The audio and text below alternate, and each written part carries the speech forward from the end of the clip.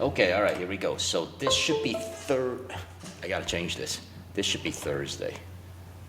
All right, because yesterday you guys were stuck in the same room like all morning with each other.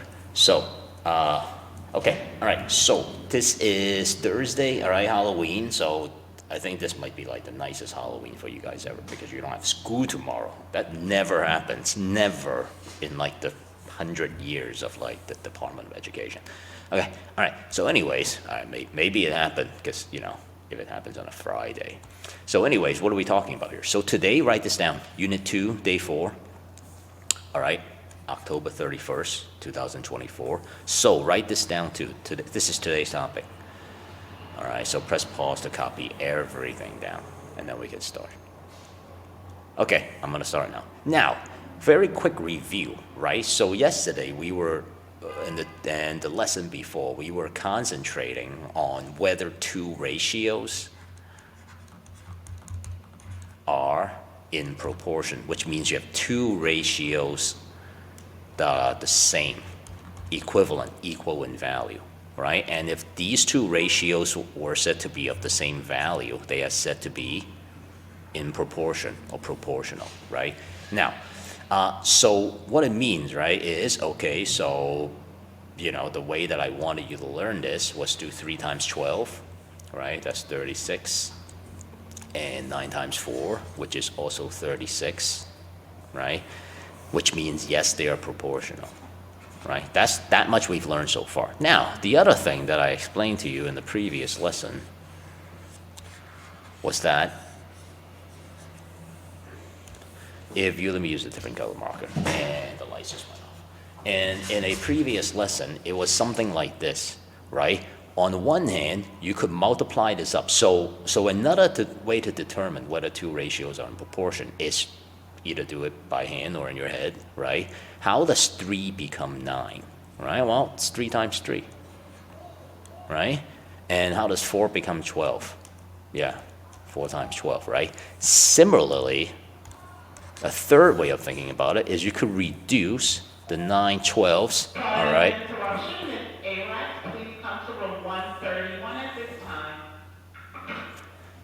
So if you look at 9 over 12, well, you can say, well, 9 divided by 3 gives us the 3, and 12 divided by 3 gives us the 4, right? So this is why here is said multiply 3 and divide by 3, okay? So don't get it too confused, all right? Right? If I could reduce it like that, well, then these two must be equivalent fractions. So today's challenge is different, okay? You ready for the next page? All right. You can press pause if you're not. All right, okay, so next page. All right, so today's challenge is this, okay? So let's say these two ratios in proportion, and, you know, we can test it out, right? No big deal. So 2 times 6 is 12. 4 times 3 is 12. Right? The challenge isn't this today. I'm not giving you two equivalent or non-equivalent ratios and have you tell me whether the two ratios are in proportion. That's not the challenge anymore. The challenge is something like this. What if I gave you a question where we don't know the value that's right here? How would you know what the number here is supposed to be? Which is why there's a big question mark there. So in other words, if the question was like this, right, and I leave this blank with a question mark, and I were to tell you that these two ratios are in proportion, right? So they're the same. That's what I'm like coming out and telling you, right? These two ratios are the same. What would the missing value have to be? How would you tell? Okay, that's today's challenge. Now, for many of you, you might think, all right, and quite correctly so, well, Mr. Ng, how does 3 become 6? Well, I know it's times 2. So what I do at the bottom with the denominators, I'm going to do that to the top. So I'm going to do 2 times 2, which is 4. And you be correct. And you would be correct, right? Because originally this was 4, right? So now, having said that, right, let's look at some examples, okay? So again, press pause and write this down. Okay, all right? Now, so let's try a couple of examples like that. So example 1, all right, that you've copied. How does 5 become 100? Do you guys know? Yeah, times 20, right?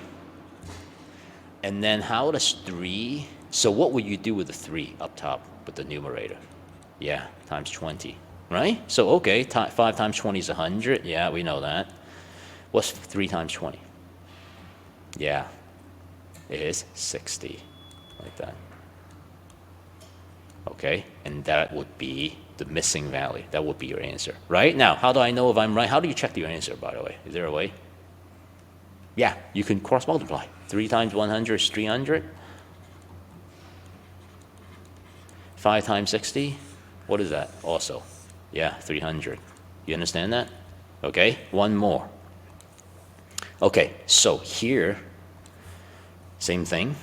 How does 4, because you can't look at 7. I mean, you don't know what 7 is going to become, right? So how does 4 become 20? Yeah, times 5, right?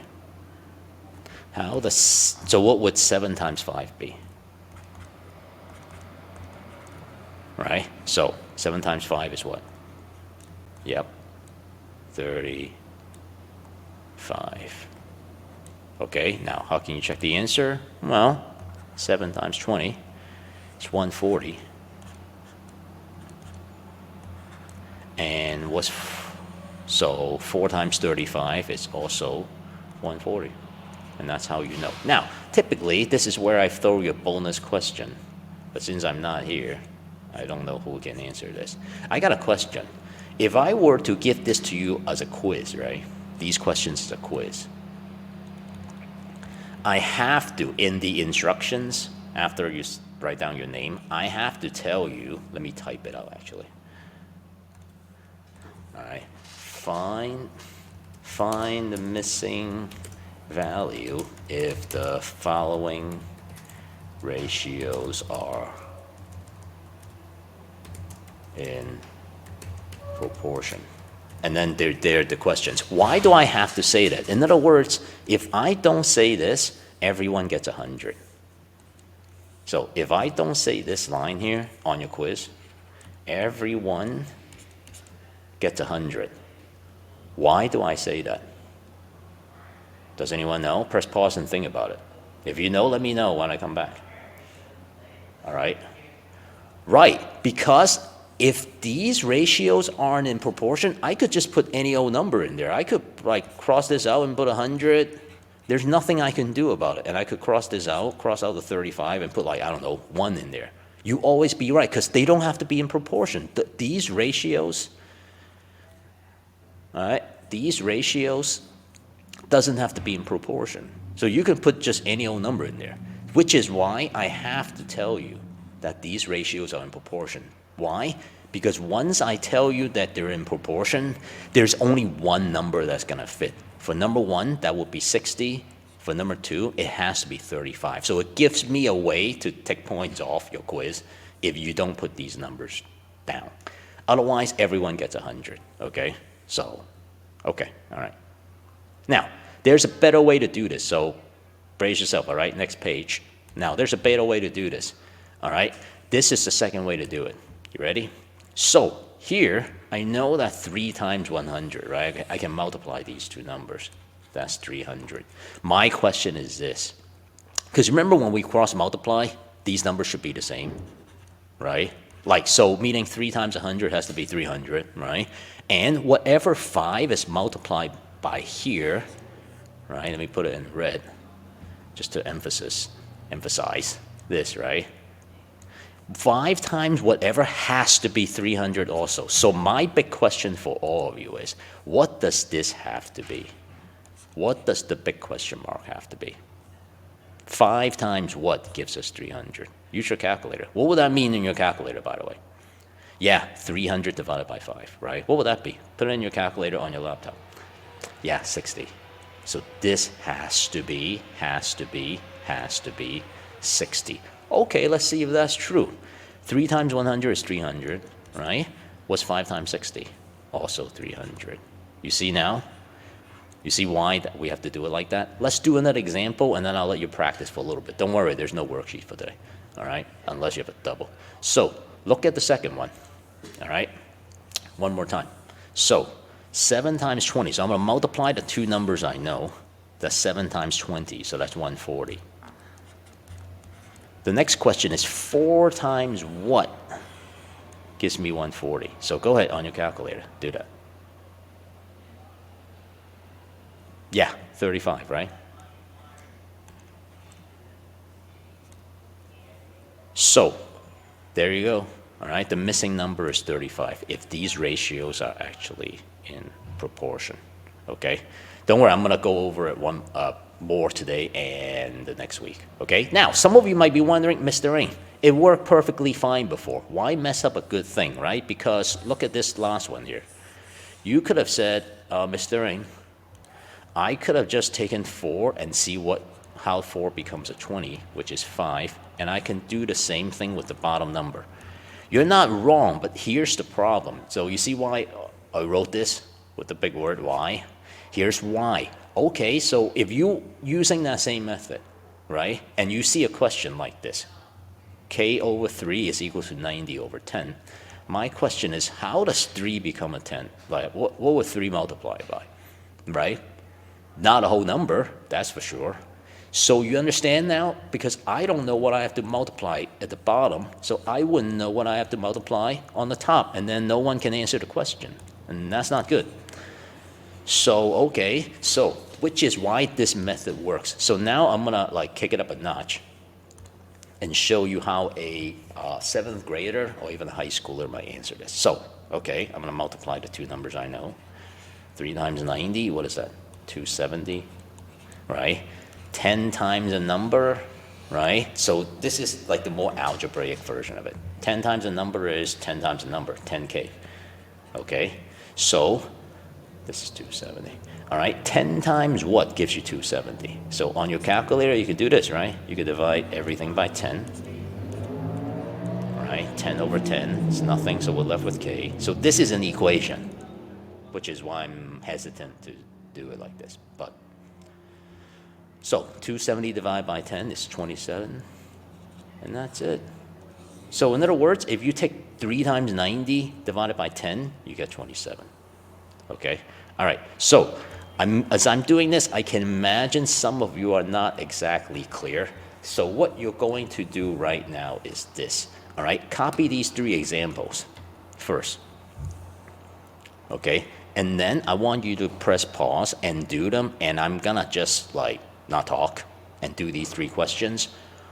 If you're stuck, look up, see how I do it. If you know what you're doing, you can just, like maybe stop talking and just look up when you're done. You can check answers. Okay, how about that? All right, okay. Actually, maybe I should talk. Okay, all right, so first one, okay, again, if you just want to do this on your own, just press mute and just let it play. Okay, when you're done, look up. Okay, so for the first one, I'm missing a value here in x, so I'm going to cross multiply 10 and 32. That's 320. Now, I don't know what 4 times what gives me 320, right? So 4 times something, I'll just call it letter x, 320, right? So, okay, so if 4 multiplied by something gives me 320, what does that something have to be? How would you find out? Yeah, you divide, right?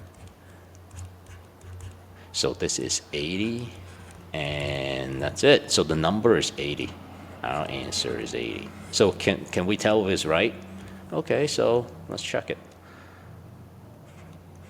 4 times 80 is 320. 3 times 32 times 10 is also 320. So yep, that's correct. Okay, we're good? All right. Next one, all right? So I'm gonna multiply the two numbers I have. So that's 4 times 15. What's that? 60.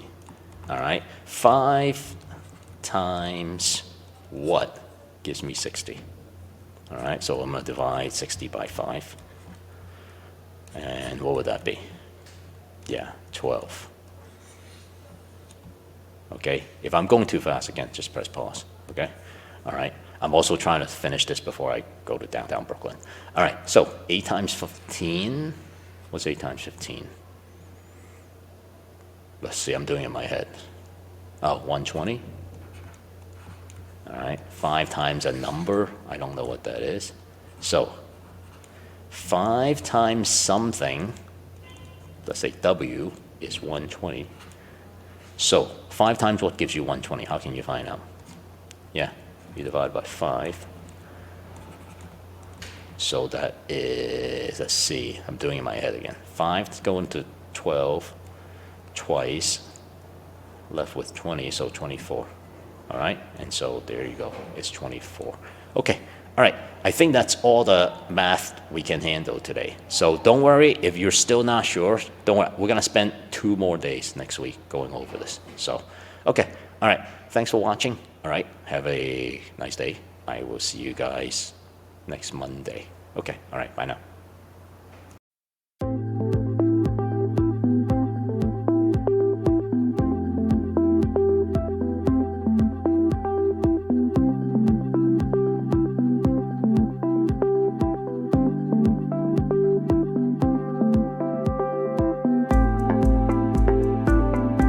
OMG, that was so good.